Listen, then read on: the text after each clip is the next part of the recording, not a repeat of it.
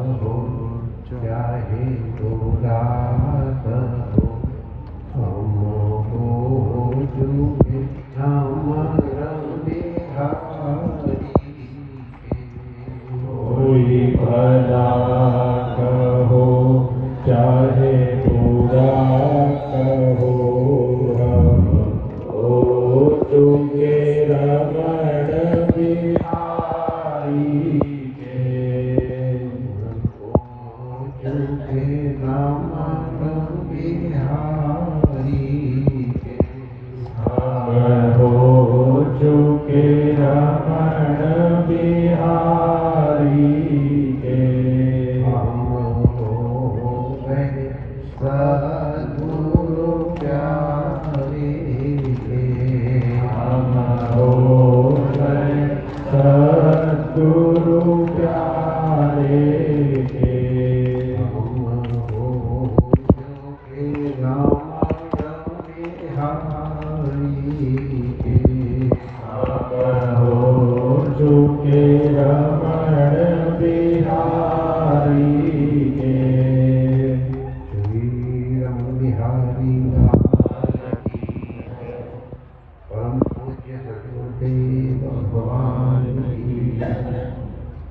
सर्वसंत हरिभक्तन की जय।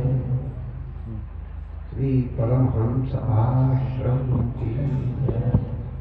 पूज्य गुरुपादुका समूह की जय।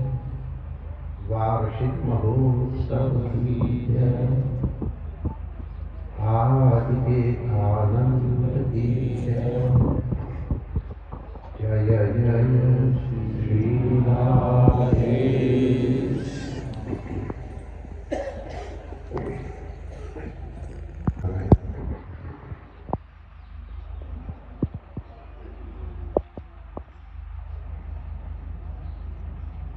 आप लोगों को मालूम हमारा शरीर प्रगवर्तन हो गया था।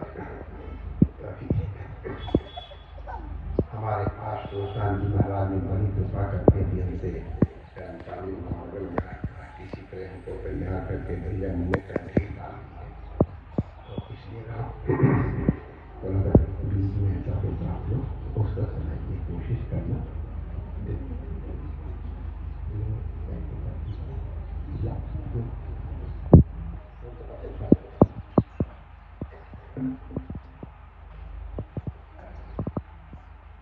इसीलिए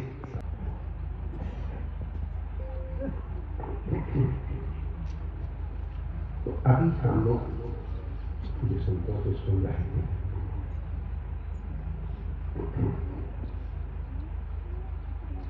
कि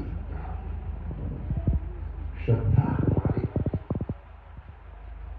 कल्याण का मूल है। इसीलिए वेद भी कहते सत्य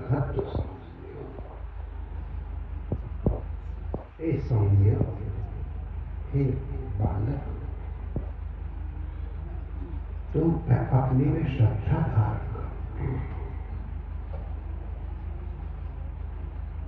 यह श्रद्धा से एक श्रद्धा के बिना विश्वास नहीं तो दोनों से देखिए विश्वास। तो इसीलिए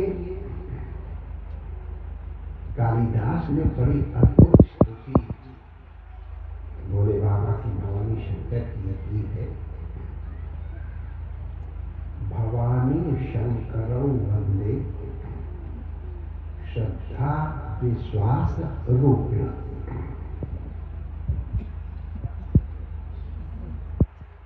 हम भवानी शंकर को शिव पार्वती को वंदन करते हैं जो श्रद्धा और विश्वास के प्रति स्वरूप है। या ज्ञान बिना न पश्यन्ति। कालिदास का श्लोक है वाग अर्थात अभी कोई विद्वान हमको वाग अर्थात जो संप्रकितो वाग अर्थात जगतः पितरो वंदे पार्वती। और हमारे तुलसीदास भगवान ने हम लोगों को बताया भवानी शंकरो वंदे श्रद्धा विश्वास।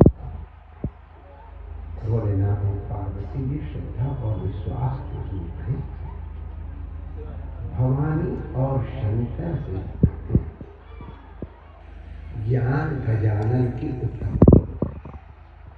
आप देख लेना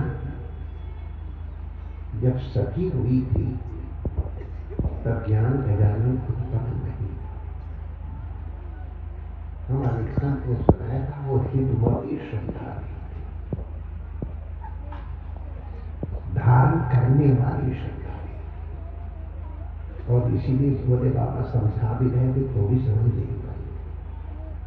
राम का स्वरूप भोले बाबा बताए न समझ गया। भोले बाबा ने आपके बचने के मत जाओ नहीं समझ पाए। इसलिए वो श्रद्धा विधुमती नहीं है। जब तक भगवती विधुमती न हो तब तक प्रसंग होने पर भी फल की प्राप्ति नहीं।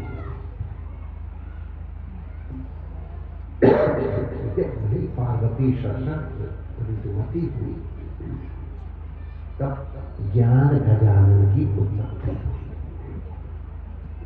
श्रद्धा भी ऋतुमती विश्वास पूर्णिता। इसीलिए श्रद्धा विश्वास दोनों आवश्यक है ज्ञान गजानन की प्राप्ति की। और बिना ज्ञान के तो हम रोटी भी नहीं खा सकते। विवेक आवश्यक को विधि और विशेष, एक विधि विशेष के अनुसार मनुष्य आचरण तब होता है जब उसमें श्रद्धा होती। और इसलिए सबसे आदम श्रद्धा आत्मश्रद्धा। गुरु वाक्य में, वेद वाक्य में और शास्त्र वाक्य में श्रद्धा होनी चाहिए। शास्त्र सत्य है, इससे कोई संदेह नहीं। वेद सत्य है, इसमें कोई संदेह नहीं। गुरु वचन सत्य है, तो कोई संदेह नहीं। वैसे में तीन नाम अलग अलग दे दिए हैं, वेद, शास्त्र और गुरु। वस्तुतः तीनों में अभेद है। शास्त्र तो गुरु वाक्य ही है। शासना शास्त्रम, शास्त्र उसे कहते हैं जो हमारा शासन। शासन करने वाले हमको बताए बेटा तुम ये करो और ये ना करो, इसका नाम शासन। और ये गुरु शक्ति के बिना शासन नहीं मिलता है। आप सबको ध्यान होगा, सब सत्संगी लोग हो, भगवान ने अर्जुन अपना भाई का प्रेम दिया, मित्र का प्रेम दिया। और भगवान इतना प्रेम था, अर्जुन जिनके साले भी थे। अर्जुन ने कहा बड़ी अच्छी लग रही है, लेकिन भाग गया। अरे ज्यादा मारे के चिंता मत करना, संभाल दो, लेकिन भाग बहन तक पकड़ा दिया। लेकिन गीता का ज्ञान दिया क्या करें? गीता का ज्ञान कब दिया? जब अर्जुन किम कर्तव्य विमूढ़ हो गया कि मैं क्या करूं क्या ना करूं, मेरे लिए क्या करना उचित है क्या करना नहीं उचित है। इस दुनिया में होता है हर काम के लिए क्या करना है क्या नहीं करना है, ये हर जगह ये समस्या है।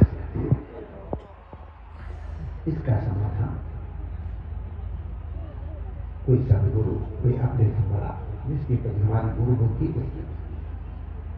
तो भगवान ने गीता का ज्ञान कब दिया अर्जुन को? जब अर्जुन ने भगवान से कहा कार्पण्य दोषोपहत स्वभाव पृच्छामि त्वां धर्म सम्मूढ़ चेतः।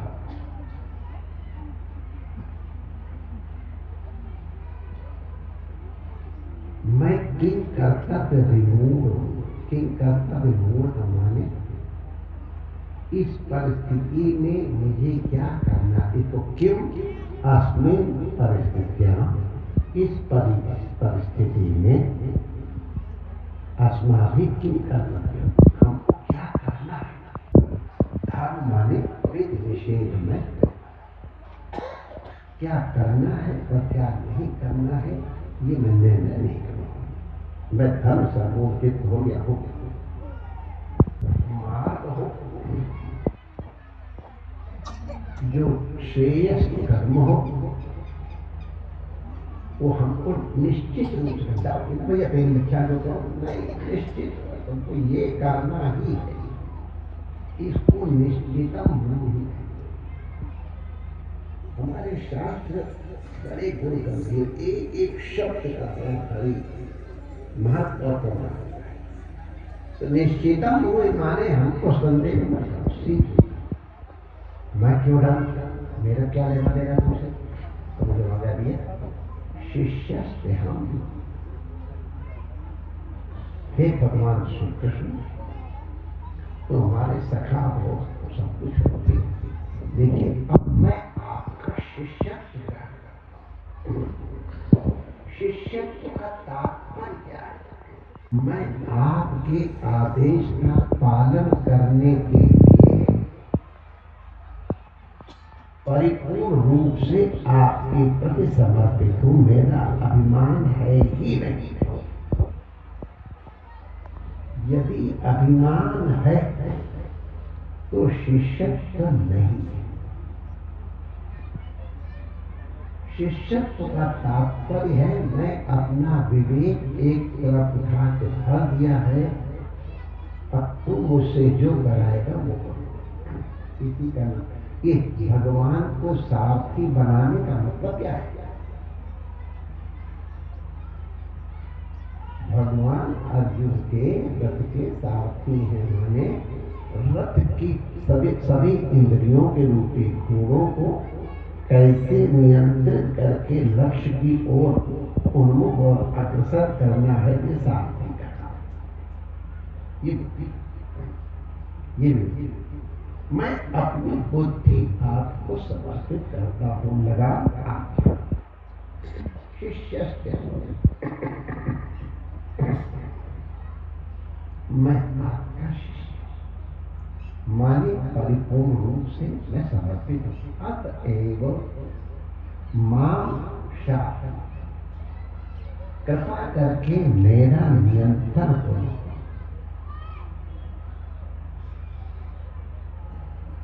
मां शाह, मेरा रक्षण।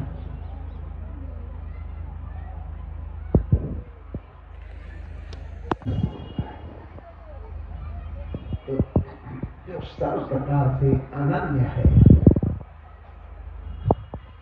बड़ी हंसी बात वाले लोग कहते हैं उसको हम चीज ले पाएंगे अनन्य। तो मैं प्रपन्न हूं,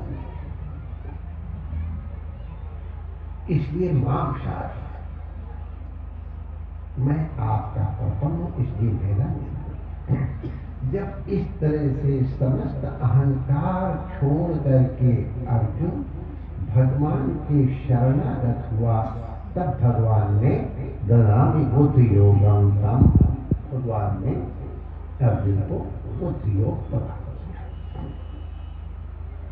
तो वही बात है, अगर प्रपत्ति न होती तो भगवान उपदेश देते तो अर्जुन को ज्ञान नहीं, भगवान को चेला बनाने की जरूरत नहीं है। तो अर्जुन को शिष्य बनना आवश्यक था अपने करने के। कई लोग कहते जो महाराज को सही है कि केवल तुम्हारी शरणागति चाहिए, गुरु को पूछ नहीं कि तुम्हारी शरणागति तुम घर रहो अपने पास, तुमको शरणागत होना चाहिए। शरणागति तुम्हारी आवश्यकता है, तुम्हारी शरणागति तुम्हारी आवश्यकता के कारण गुरुदेव भगवान कृपा करते हैं। तो इसलिए कहते गुरु को तुम्हारी शरणागति नहीं चाहिए, तुमको गुरु की शरणागति चाहिए, जिससे कि तुम्हें अधिकारिता की प्राप्ति हो। गुरुदेव भगवान जो कहें, अभिमान तुम्हारा उसमें बाधक न बने, और जो तुम कहोगे वही शिष्य क्योंकि हम तो भगवान के वचन में, गुरु के वचन में, शास्त्र के वचन में, वेद के वचन में यादृशी भावना यस्य सिद्धि भवता।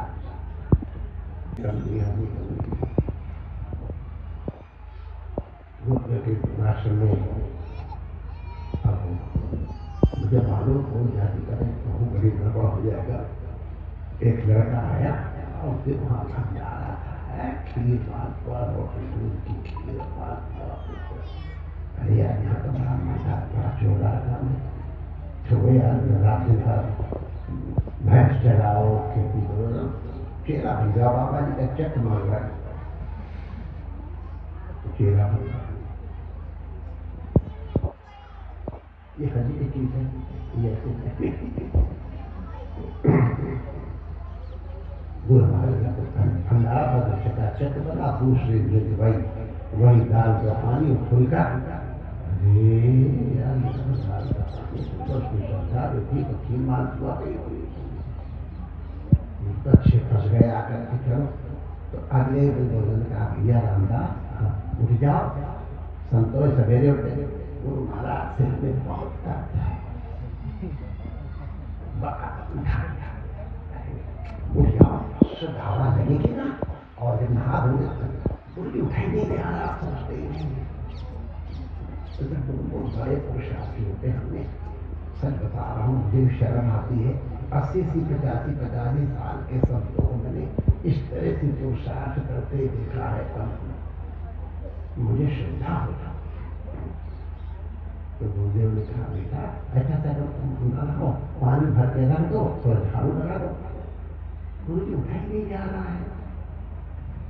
अब वो हर बात के लिए बहाना, झाड़ू लगा लो, ऐसा पानी भर दो 2 बाल्टी। तो ये सेवा कर दी थी, रोज करती थी, झाड़ू लगाई, पानी भरा, ठाकुर की सेवा करके, और चूल्हा भी नहीं जलाया उसने। तो चूल्हा भी जला के हलवा बनाया भोग लगाने के लिए। तो जब हलवा बन के तैयार हुआ तो क्या रामदास ठाकुर जी का भोला लिखा हलवा खा ले। अच्छा गुरु जी सवेरे से आपकी कोई बात नहीं मानी है, तो ये क्या मान लेते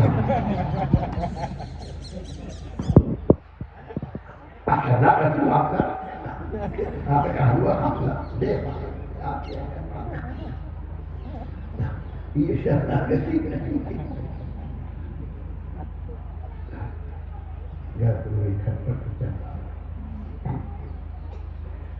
तो शरणागति का तात्पर्य है अपना विवेक। आप ध्यान है हमारे गुरुदेव भगवान में, हम नए आए थे, शिक्षा तब तक वो देते रहते होंगे। तो उस समय हम लोगों को ये बात सिखाते थे। एक बार वो महाराज के चल के आए, पहले रमत पैदा करके आते थे।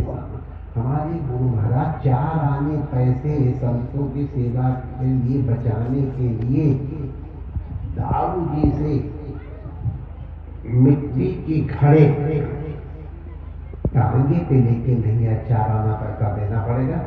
एक खड़ा इधर, एक खड़ा इधर, एक खड़ा इधर, एक खड़ा इधर, ऐसे करके लाद करके पैदल चल के आए। पसीना पसीना आ गए, हो गए। पुजारी जी ने बताया आज ठाकुर जी को पसीना क्यों हो रहा है। बाद में जब गुरु महाराज आए तो पता चला कि गुरु महाराज को पसीना आ रहा, तो ठाकुर जी को पसीना आया। अब ये जिनको श्रद्धा है, विश्वास वही मानेंगे ठाकुर जी को पसीना। तो तात्पर्य हमने इसका माना इस आयु में भी परिश्रम। हमको थोड़ी देर जाना पड़ा लंबी यात्रा, तो हमको कार में बैठने में तकलीफ होती है, उतनी दूर से लेके आए थे पोशाक। तो हमारा तो अपने आप सब कर ही देंगे, उनको हमारी आवश्यकता। तो थक करके गुरुदेव आए तो अपने शिष्य का बेटा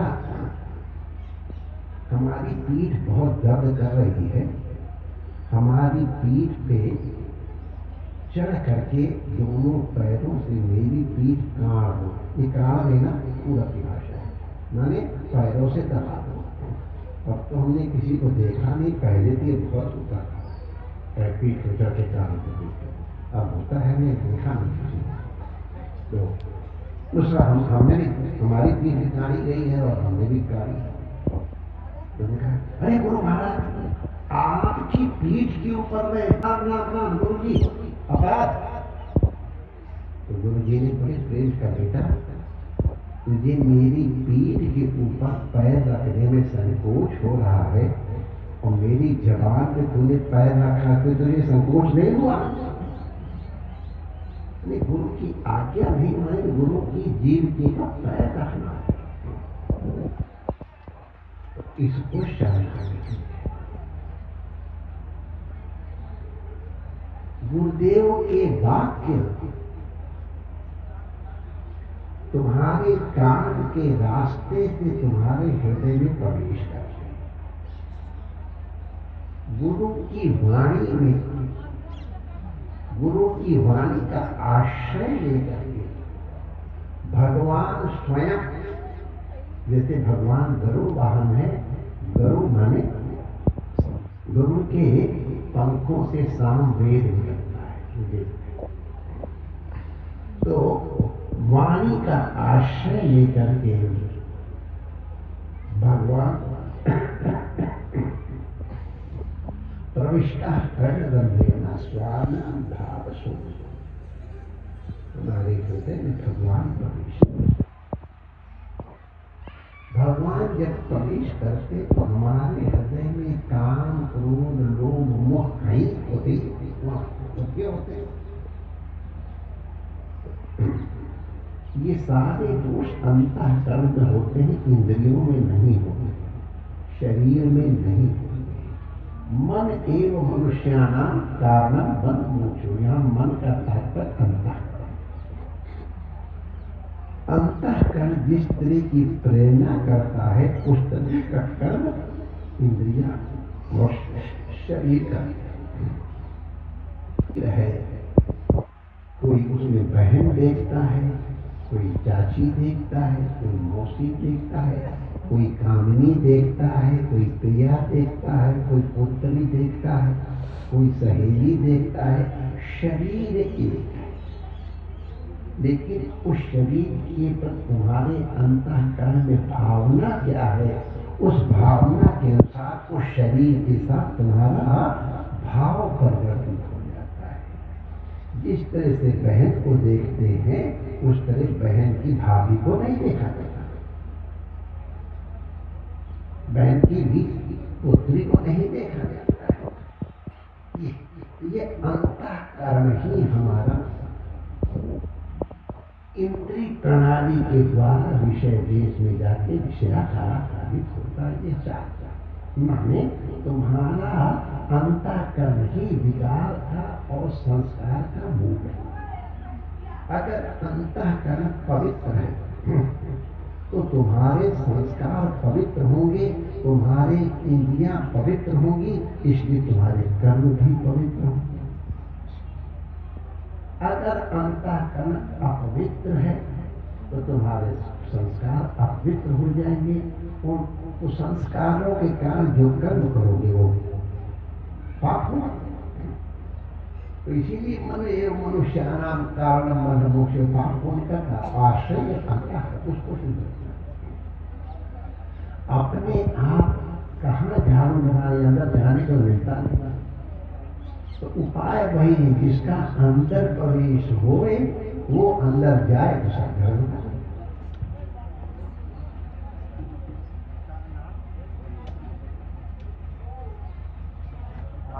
समस्त प्राणियों के अंतःकरण रंध्रेण, जब भगवान तुम्हारे अंतःकरण में आते हैं तो धुओं की शमन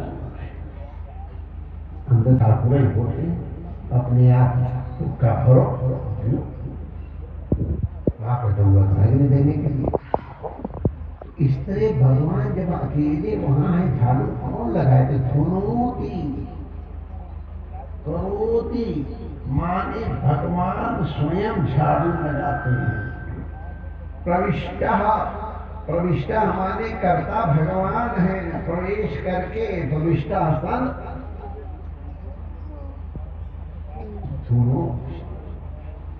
भगवान कृष्ण झाड़ू लगाते। भाई भीड़ है ना तो सफाई करने। तो भगवान अपने आप अंतःकरण को साफ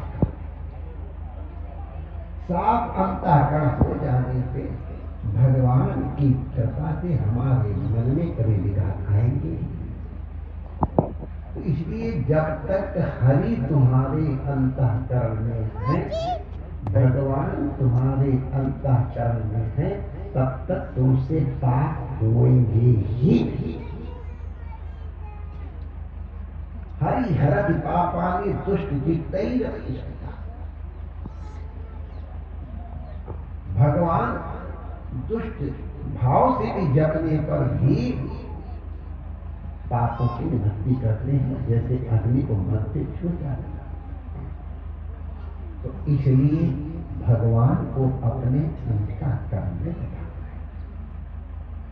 भगवान प्रविष्ट अपने आप पहुंच जाते हैं, सफाई कर देते हैं, लेकिन आप किसी के प्रति अंदर सीट है, अब उस सीट में अगर भगवान बैठे तो दूसरा नहीं। लेकिन अगर तुमने किसी दूसरे को बैठा लिया तो भगवान को बेचारे को जाना। तुमको किसी से द्वेष हो गया, जिसके प्रति तुम्हारी द्वेष बुद्धि है, तुम्हारा अंतःकरण उसके आकार का हो जाएगा, वो आके तुम्हारे मन में बैठ जाएगा, वो तुमको जलाएगा, तुम उसके प्रति जलोगे। भगवान अपने आप तुमने भगवान को भगाया, क्रोध किया, तुमने भगवान को भगाया। मक्खन खाने वाले हमारे भगवान राग और क्रोध को सहन किया। तो इसलिए गुरु के वचनों को विश्वास करके, शास्त्र के वचनों का विश्वास करके तदनुकूल आचरण कर, कभी संदेह न करें। संदेह जहां होता है खटाई तक। एक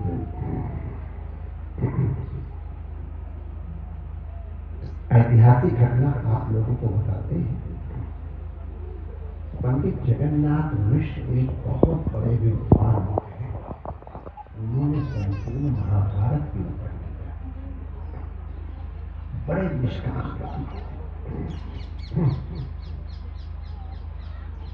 तो कहीं मांगने जाना नहीं, विद्यार्थियों को पढ़ा देना, स्वयं शास्त्र लिखते।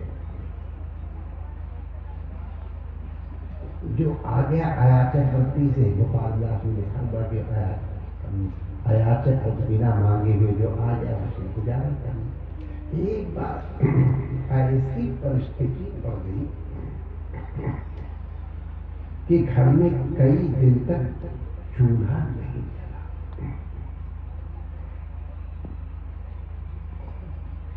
ऐसा ब्राह्मणों से होता, सुदामा के यहाँ उदाहरण जाए तो माता अपनी भूख सहन कर लीजिए, बच्चों की भूख मां से सहन नहीं। तो जब बच्चे भूख से बिलवाने लग गए तो माता ने बड़ी हिम्मत करके पंडित जगन्नाथ मिश्र से कहा, बच्चे 3 दिन से भूखे नहीं चले।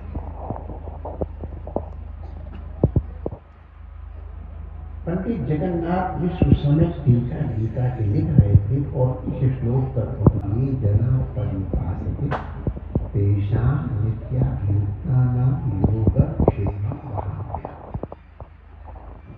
इसका साधारण अर्थ है जो केवल मेरी आश्रित, जैसे छोटा बच्चा केवल माँ के आश्रित है दूध के लिए, वैसे जो अनाश्रित है तो माता अपने आप चल के आगे दूध दे। तो भगवान कहते उनके योग और क्षेम का वहन मैं करता हूँ। योग क्षेम माने जो चीज नहीं है उसको प्राप्त कराना, उसको योग कहते हैं। और जो चीज प्राप्त हो गई उसको कोई छीन न ले जाए, गड़बड़ न हो जाए, उसके रक्षण करना क्षेम। तो जो चीज जरूरत है वो भगवान देते भी हैं, और जो चीज है उसका कोई हानि या हरण न कर सके तो भगवान का क्षेम। ये भगवान ने वचन दिया, योग क्षेम वहाम्य। वहां में हम का तात्पर्य वहन करता हूं, माने मैं ढो के ले जाऊंगा। तो मिश्र जी को लगाए वहां में हम सभी भगवान लाद करके क्यों ले जाएंगे। तो मैंने एक बाधिकार से कह रखा है, तो हमको प्रयास करना पड़ेगा। इसलिए वहां में हम नहीं, यहाँ पर करो ध्यान करो या कुछ और शब्द करो, वहां में हम सब ठीक नहीं। तो पहले हमारे किताब काटते थे, एक पीली पीली मिट्टी आती थी, उस मिट्टी से अक्षर के ऊपर लेप कर देते थे, सूख जाता तो उस अक्षर के ऊपर लिपे हुए के ऊपर दूसरा अक्षर लिख देते। इस तरह पुस्तक संशोधन किया। तो उन्होंने सोचा अच्छा सोच जाता हूँ, और तब तक उन्होंने हरदास के वो हड़ताल लगाई। सोचा चलो चलते हैं, लोग क्या कुछ सुधारेंगे। मन में चिंता थी कि बच्चे 3 दिन से भूखे हैं, हमारी ब्राह्मणी ने आज तक मुझसे कभी कुछ नहीं कहा है, कुछ मांगा नहीं है, अपने आप ही सब कुछ करती, आज मांगने आई। बड़ा स्वभाव रहा, ठीक है, सती होता है। तो हड़ताल लगा के गए, नहाने गए, नहाए धोए सब करके संध्या वगैरह करके जब लौट करके आए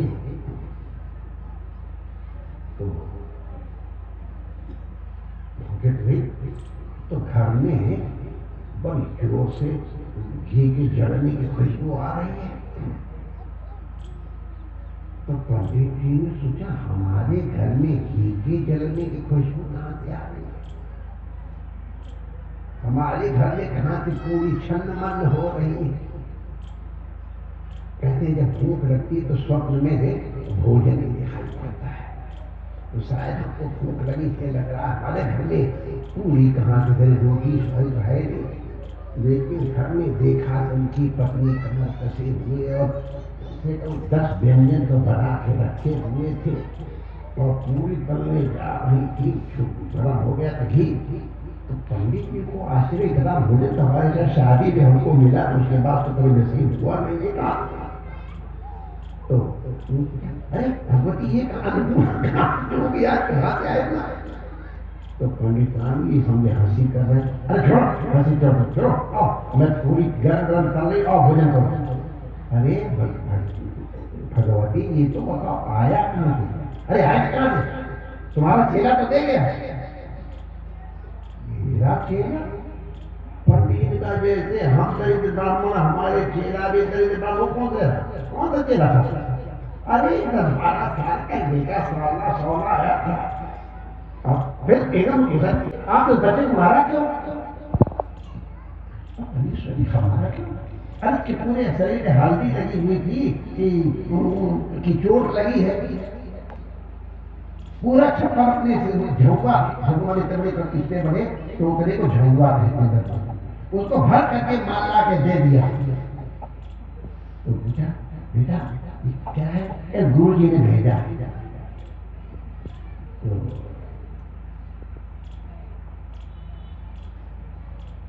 ये तुम्हारे हल्दी क्यों लगी? गुरु जी ने मारा। अरे तुमको मारा? हाँ भैया उनसे मारा, ये उन्होंने हाथी लगा दिया। तो पंडित जी को अब समझ में आया, हे भगवान 10-12 साल का सांवला हमारा कौन सा चेला है, इतना झुंगा भर के छोटा बच्चा सामान कहाँ से उठा लेगा। उनका झुंगा माने इतना बड़ा टोकरा, उसको झुंगा कहते। अरे हो कभी ये लौट के आया है। उनको समझ में आ गया मैंने हड़ताल जो लगाई है उनके गीता के वचन के ऊपर, वही उनके शरीर के ऊपर हल्दी लगी है। गुरु के वचन, ठाकुर के वचन, गीता के वचन में संदेह उनके ऊपर आघात करना है। और पति रोने लगे, रो गया अपने पंडितानी चरण में, अरे पंडित ये क्या कर रहे हो, बात करो। रोते रोते पंडित कहते हैं भगवती आज मैंने अपने ठाकुर के वचन पे अविश्वास किया कि भगवान वहन नहीं करके लाते हैं। भगवान ने आज अपने सिर के ऊपर वहन करके ला के तुमको का सामान रखा, हमारे घर में सामान तो पहुंचा दिया, लेकिन हमने संदेह किया था, इसलिए घर पे आकर के भी उन्होंने हमको दर्शन नहीं दिया। और देवी तुमने विश्वास किया पति ने तुमको दर्शन दिया, मैं तुमको प्रणाम करता हूँ। तो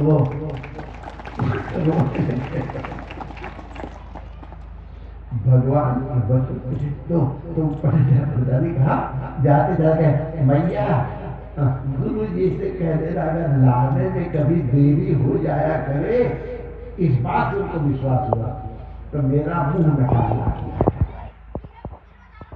भगवान का मुंह काला करना हो गया, आए नहीं हमारा मुंह निकालना किया।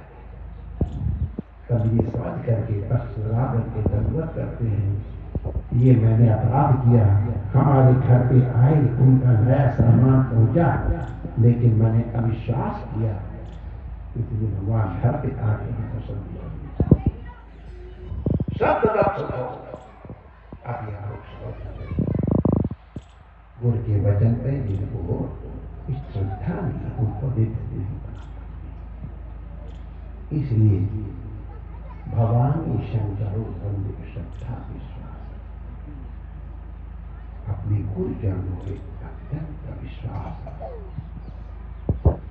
हम अपनी अनुभव की बात आपको बता दें, कभी कभी मन के अंदर इस तरह की बातें आती है, घबराना मत, लेकिन इसका परिमार्जन कैसे होगा? तो पुनः गुरु की शरणागति को धारण करो, अपने अपराध की क्षमा याचना करो। गुरुदेव तो बड़े कृपालु होते हैं, तुरंत क्षमा करके और हमारे कल्याण का मार्ग प्रशस्त करते हैं। कुछ संतों ने शरणागति की चर्चा चलाई, तभी हमको ये की जगह श्रद्धा नहीं कोई सकती, कोई लक्ष्य की प्राप्ति नहीं होती है। आज हमारे परम गुरुदेव भगवान के सानिध्य में उन्होंने जो शास्त्र के माध्यम से, गोपाल विलास आदि ग्रंथों के माध्यम से और सद्गुरुदेव के माध्यम से जो उपदेश दिया है, हमें शिक्षण दिया है, हमारा अनुशासन किया है, वही बात उनको सुनाने की दृष्टि से उनके स्वरूप इन संतों के सामने और उनकी पादुका के समक्ष अपने पाठ को दोहराया हुआ। आप लोगों को उपदेश देने की विधि में क्या सामर्थ्य है? उपदेष्टा तो परम उपदेष्टा परमात्मा है। मैं अपना पाठ दोहरा रहा हूँ कि गुरुदेव आपने जो पढ़ाया है तो मैंने ठीक से समझा और याद किया है कि नहीं। इसी भावना से अर्पित की हुई इन शब्दों को आप सब के स्वरूप और आपके अंतरात्मा विद्यमान भगवान तमाम बिहारी गुरुदेव भगवान प्रसन्न हो तो हम अपना ये प्रयास सार्थक मानेंगे, परमात्मा सबका कल्याण करें। वार्षिक उत्सव की बहुत बहुत मंगलाएं, मंगल कामनाएं।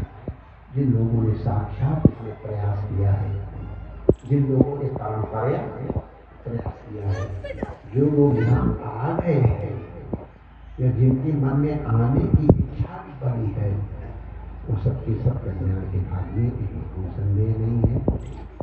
पुनश्च आपके लिए मंगल कामना करते हुए अपनी वाणी को विराम देता हूँ और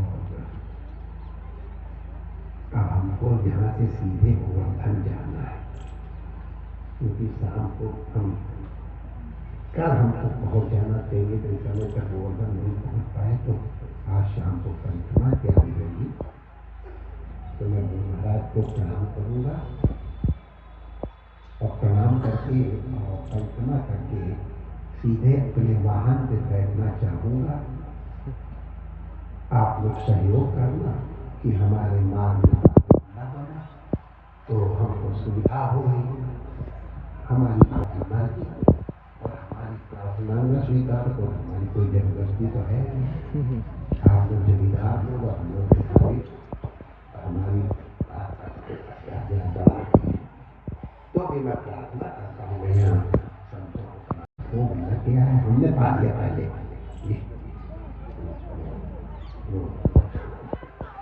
तो इसलिए हम प्रस्थान करने का अनुमति चाहेंगे और आप सब लोग प्रसाद पाके जाए।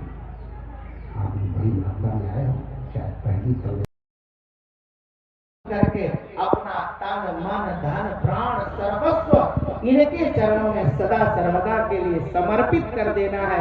अपने करुणा बरसने लग जाएगी, जैसे पहले बरस रही थी वैसे अब भी बरस रही है और वैसे आगे भी आप सबके ऊपर बरस